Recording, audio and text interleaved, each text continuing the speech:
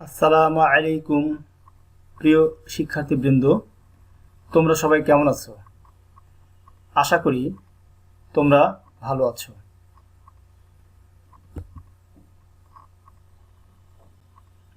সবাইকে স্বাগতম জানিয়ে শুরু করছি। আমি মোহাম্মদ নাইব আলী, সহকারী শিক্ষক Bangla, Bogura cantonment public school ও কলেজ, সপ্তম শ্রেণীর বাংলা প্রথম পত্রের গদ্য বেগম রোকেয়া সাখাওয়াত হোসেন।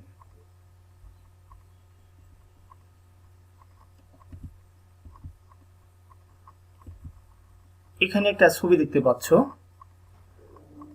ছবিটি দেখে চিন্তা করে বলো তো ছবিটি কার এবং তিনি কে ছিলেন?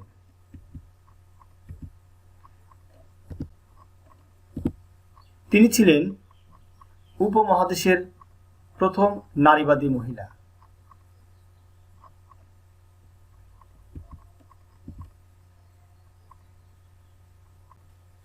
আমাদের আজকের আলোচনা রোকেয়া সাখাওয়াত হোসেন, লিখেছেন সেলিনা হোসেন। এবারে আমরা লেখক পরিচিতি জেনে নিই। লেখকের জন্ম।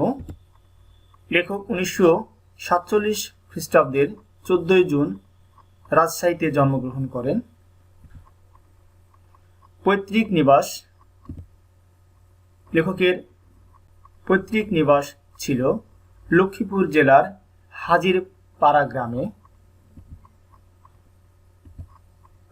লেখক বাংলা একাডেমি সাহিত্য পুরস্কার, ফিলিপস সাহিত্য পুরস্কার এবং বাংলাদেশ চলচ্চিত্র পুরস্কার পেয়ে ভূষিত হন।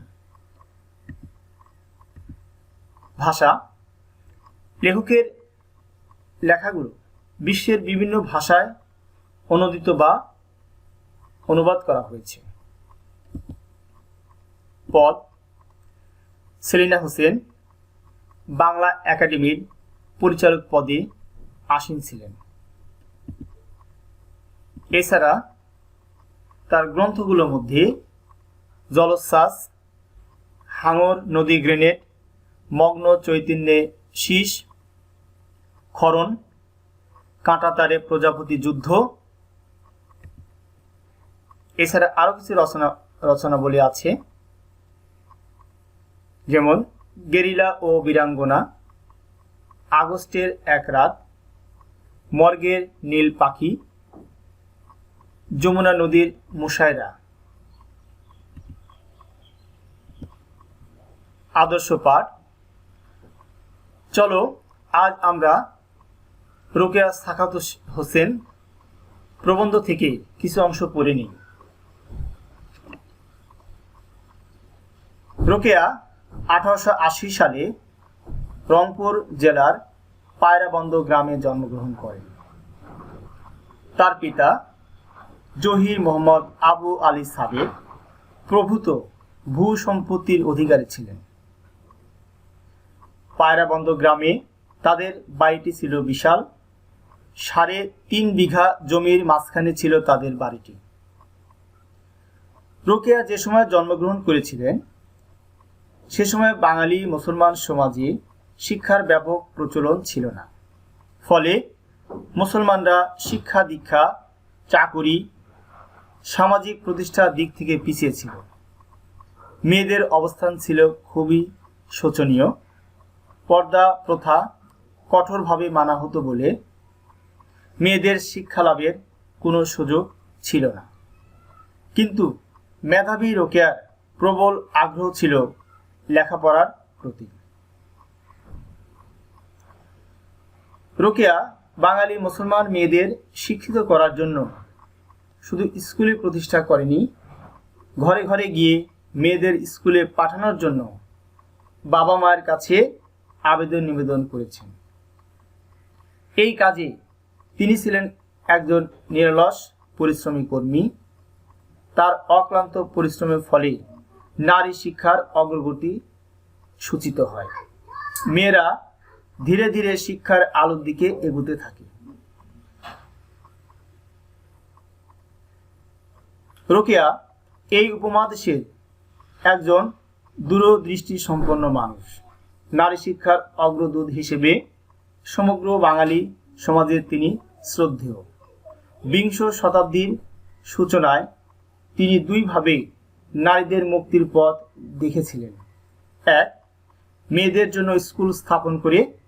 দুই, নিজের রচনায় নারী মুক্তির দিক নির্দেশনা দিয়ে। বেগম রোকেয়া সাখাওয়াত হোসেন 1932 সালের 9 ডিসেম্বর কলকাতায় মৃত্যুবরণ করেন।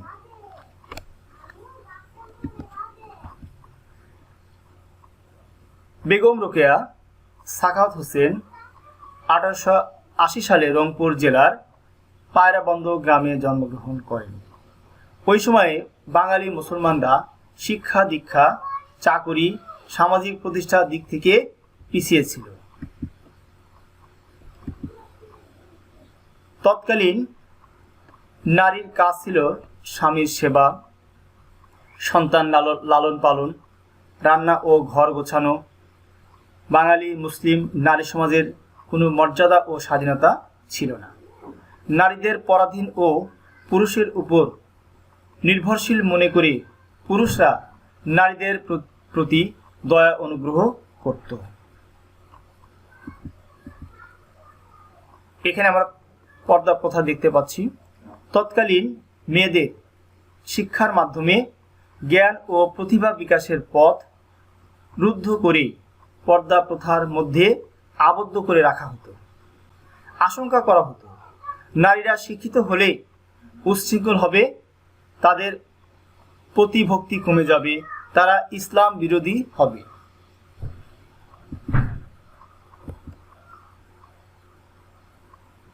নারী শিক্ষিত না হলে জাতি বা সমাজের উন্নয়ন সম্ভব নয়। তাই সমাজের ও জাতির উন্নয়নের লক্ষ্যে বেগম রোকেয়া নারী শিক্ষার গুরুত্ব উল্লেখ করে 1904 সালে নবনূর পত্রিকায় প্রকাশিত প্রবন্ধে লিখেন, আমরা উচ্চ শিক্ষা প্রাপ্ত না হইলে সমাজও উন্নত হইবে না।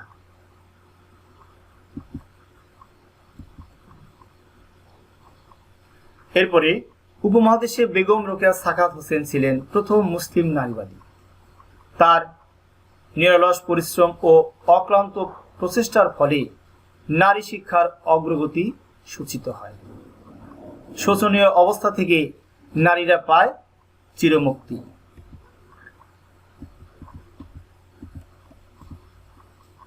এখানে আমরা রোকেয়া সাখাওয়াত হোসেনের বাবার নাম দেখতে পাচ্ছি, জহির মোহাম্মদ আবু আলী সাবের। আবু আলী সাবেরের দুই পুত্র, ইব্রাহিম সাবের, খলিল সাবের। 3 কন্যা, করিমুন্নেসা, রোকেয়া বেগম, হুসাফরা। 5 সন্তান নিয়ে রোকেয়ার বাবার পরিবার। রোকেয়া ছিলেন তার বাবার পরিবারের চতুর্থতম সন্তান। রোকেয়ার বড় 2 ভাই ইব্রাহিম সাবের ও খলিল সাবেরের কলকাতার সেন্ট জেভিয়ার্স কলেজে উচ্চশিক্ষা লাভ করেন। বড় ভাই ইব্রাহিম সাবেরের সহযোগিতায় বোন করিমুন্নেসা ও রোকেয়া ইংরেজি শিক্ষায় শিক্ষিত হন।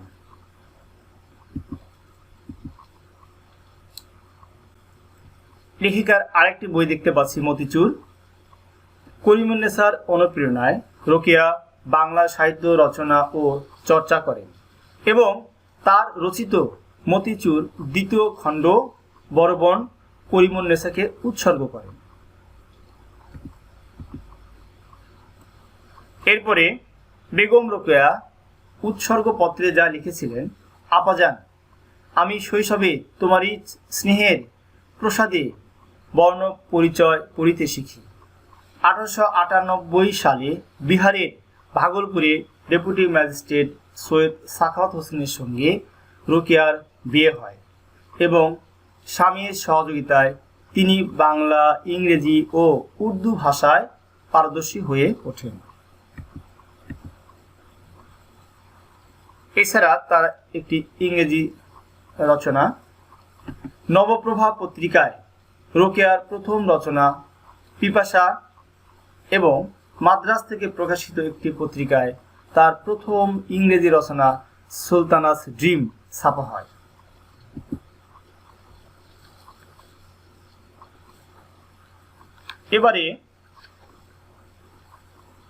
এবারে শব্দের অর্থ জেনে নেই।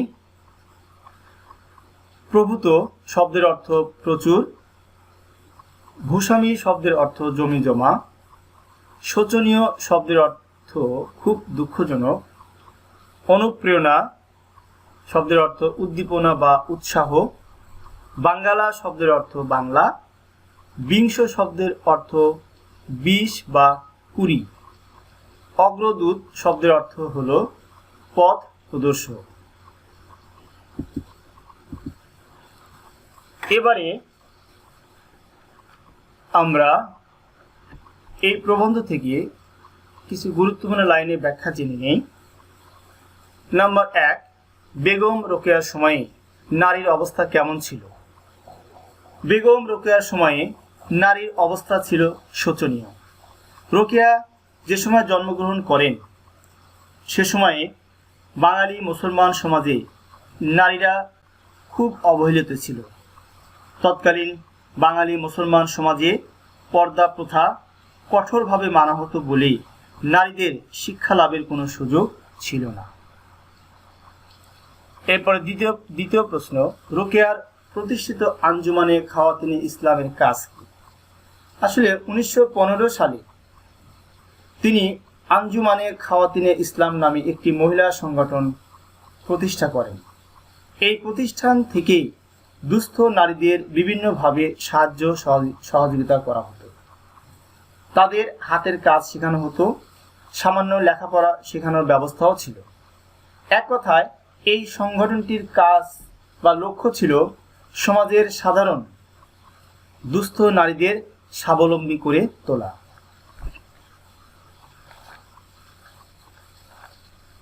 3 নম্বর প্রশ্ন, বেগম রোকেয়াকে নারী মুক্তির অগ্রদূত বলা হয়েছে কেন? নারী শিক্ষায় অসামান্য অবদান রেখেছেন বলে রোকেয়াকে নারী মুক্তির অগ্রদূত বলা হয়েছে। নারীদের শিক্ষিত করে তোলার মাধ্যমে তিনি নারীদের বঞ্চনা ও শৃঙ্খলা থেকে মুক্তি দিতে চেয়েছিলেন।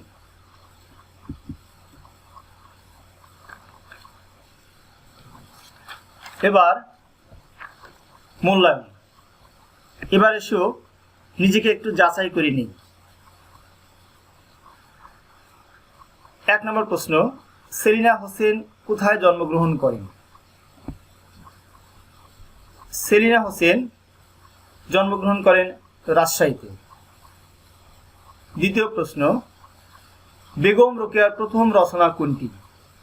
উত্তর হবে সুলতানাস ড্রিম। 3 নম্বর প্রশ্ন, রোকেয়ার আমলে বাঙালি মুসলমানরা শিক্ষা দীক্ষায় পিছিয়ে ছিল। প্রমাণ সংখ্যা 1, শিক্ষা প্রতিষ্ঠান ছিল না বলে। প্রমাণ সংখ্যা 2, ধর্মীয় ও সামাজিক কুসংস্কারের জন্য। প্রমাণ সংখ্যা 3, শিক্ষার ব্যাপক প্রচলন ছিল না বলে। নিচের কোনটি সঠিক? এখানে আসলে উত্তর হবে 3টাই, অর্থাৎ উত্তর হবে ঘ।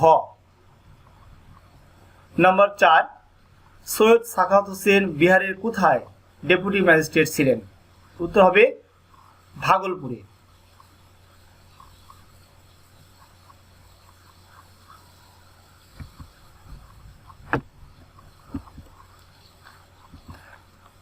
এরপর এসো একটা বাড়ির কাজ লিখে নাও। রোকেয়া সাখাওয়াত হোসেনের জীবনের উপর 10 লাইনের একটি অনুচ্ছেদ লিখবে।